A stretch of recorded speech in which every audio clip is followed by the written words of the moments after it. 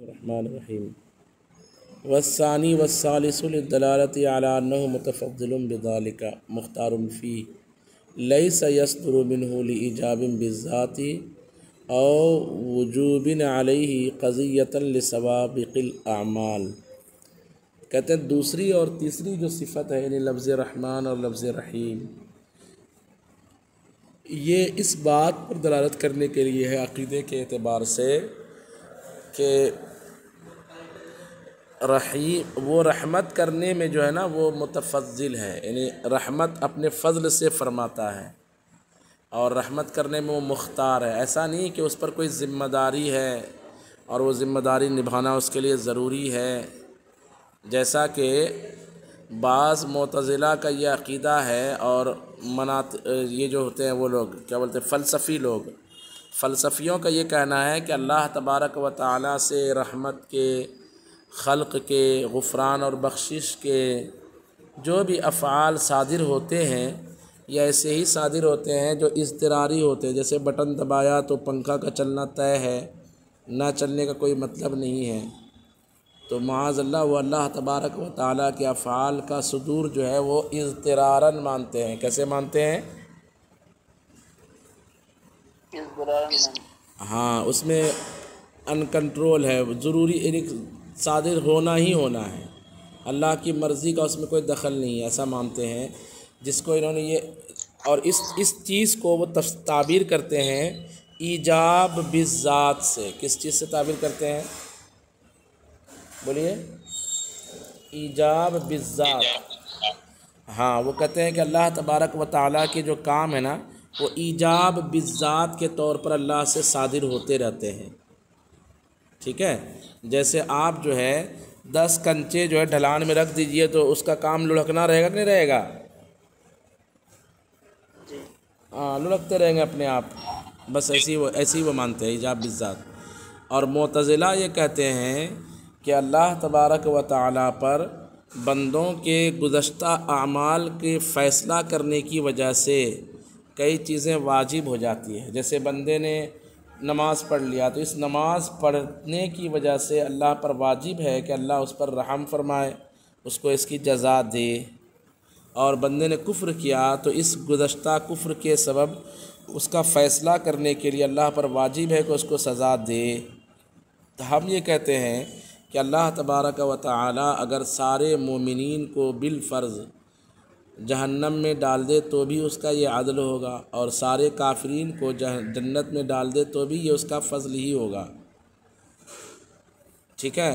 لیکن اس نے وعدہ فرما لیا ہے کہ مومنین کے لیے جنت ہے اور کافرین کے لیے جہنم ہے، تو اس لیے وہ وعدے کا خلاف نہیں فرماتا، بس اتنی سی بات ہے۔ ورنہ اگر وہ چاہے تو جو چاہے وہ کرے، فعال لما یرید ہے نا قرآن پاک میں،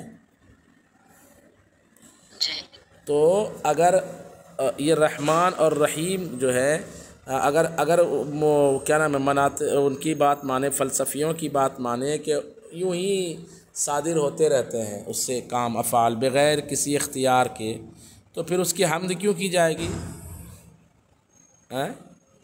اس کی حمد نہیں کی جائے گی۔ موبائل کی حمد کرتے ہیں کیا؟ بٹن دبایا تو یہ ہو گیا، بٹن دبایا تو وہ ہو گیا، کیونکہ وہ اس کا کام ہی ہے، اس کو اس سسٹم سے ہی بنا دیا گیا ہے کہ بٹن دبائیں گے تو وہ ہو جائے گا، بٹن دبائیں گے تو وہ ہو جائے گا۔ اس کی تعریف نہیں کی جائے گی، تعریف کی جائے گی اس کے بنانے والے کی۔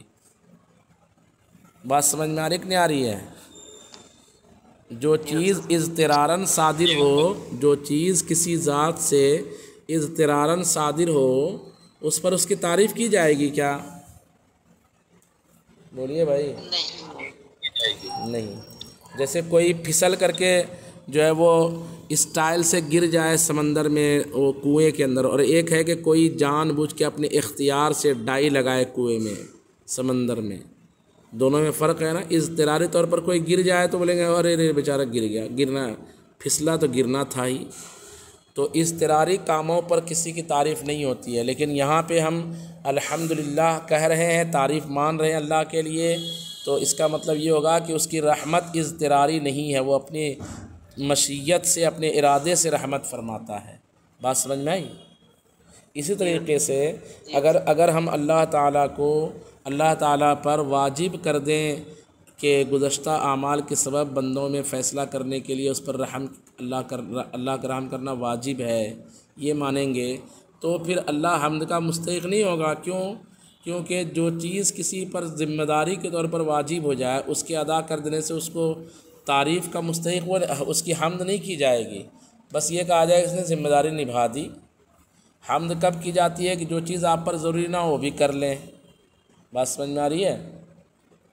جیسے مثال کے طور پر ایک تو یہ ہے کہ 2 گھنٹے کا آپ کو پابند کیا گیا ہے کہ آپ کو اتنے پیسے دوں گا، یہ کام کر لیجئے، تو اتنے گھنٹے جو کام کریں گے تو عوض میں کیا نا، آپ نے ذمہ داری تھی آپ کی۔ کمال تو یہ ہے کہ آپ کی تعریف تب ہوگی جب 5 منٹ ایکسٹرا، 10 منٹ ایکسٹرا، 1 گھنٹہ ایکسٹرا کام کر دیں کہ کام کرنا ضروری نہ تھا لیکن آپ نے وہ کام کر دیا۔ تو اگر فلسفیوں کے اور معتزلیوں کے مذہب کو دیکھیں گے کہ فلسفی لوگ جو کہتے ہیں اضطراری طور پر صادر ہوتے ہیں اللہ کے افعال اللہ کی ذات سے، اور معتزلہ والے کہتے ہیں کہ فرقہ معتزلہ کہ اللہ تبارک و تعالیٰ پر بندوں کے کیے ہوئے کرتوت کے سبب سے ثواب دینا یا عذاب دینا یہ واجب ہے، واجب ضروری ہے، کمپلسری ہے۔ ایسا اگر مانیں گے تو پھر وہ حمد کا مستحق ہوگا؟ بولیے نہیں ہوگا۔ کہا یہ جائے گا کہ اس نے اپنی ذمہ داری نبھائی، لیکن حمد کا مستحق مان رہے ہیں تو دوسری اور تیسری صفت دلالت کرے گی اس بات پر کہ وہ فضل کر کے رحم فرماتا ہے اور اس میں رحم فرمانے میں وہ مختار ہے۔ اور چوتھی صفت کیا ہے؟ وہ ہے مالکی یوم الدین۔ تو یہ لفظ مالکی یوم الدین کہتے ہیں، اس بات پر دلالت کر رہا ہے، یہ والا وصف اس بات پر دلالت کر رہا ہے کہ اختصاص ہو جائے، ملکیت کی تحقیق کا اختصاص ہو جائے، یا اختصاص حمد کا ثبوت ہو جائے کہ جب اللہ تعالیٰ ہی قیامت کے دن کا مالک ہے تو حمد بھی اسی کی جائے گی، کسی اور کی نہیں کی جائے گی۔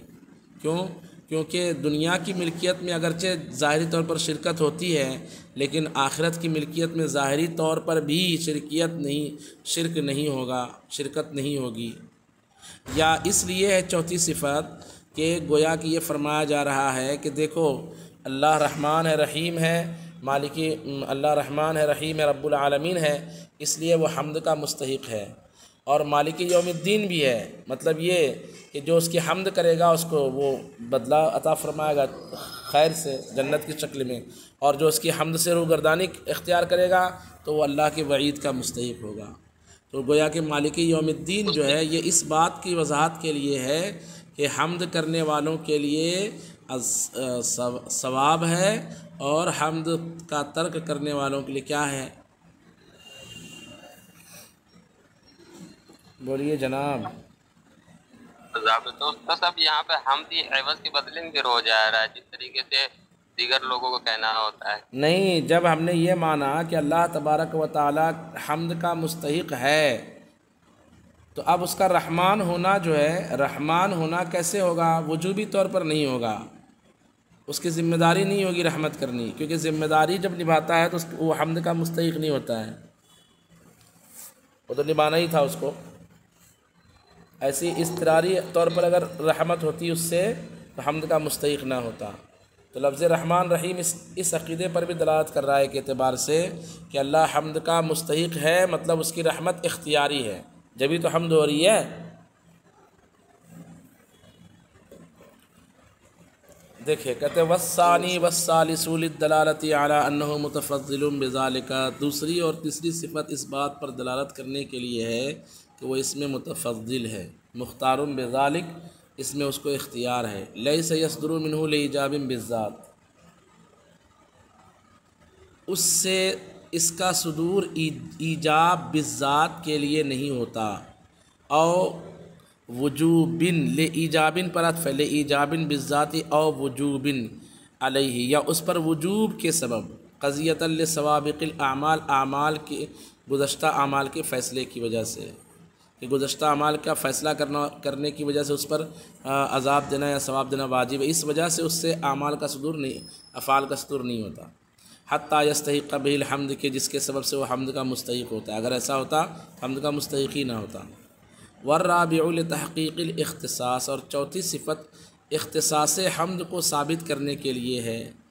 فَإِنَّهُ مِمَّا لَا يَقْبَلُ الشِّرْكَةَ فِيهِ بِوَجْهٍ مَّا، اس لیے کہ چوتھا جو وصف ہے یہ کسی بھی طریقے سے اپنے اندر شرکت کو قبول نہیں کرتا، ایک وجہ یہ۔ دوسرا وَتَضْمِينُ الْوَعْدِ لِلْحَامِدِينَ، اور یہ چوتھا جو وصف ہے مالک یوم الدین، اس میں حامدین کے لیے وعدے کی تضمین ہے، یعنی حامدین کے لیے وعدے پر مشتمل ہونا ہے یہ آیت۔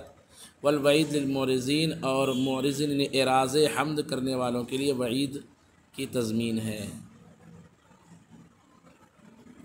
اس کے بعد ایاک نعبد و ایاک نستعین، اس کو انشاءاللہ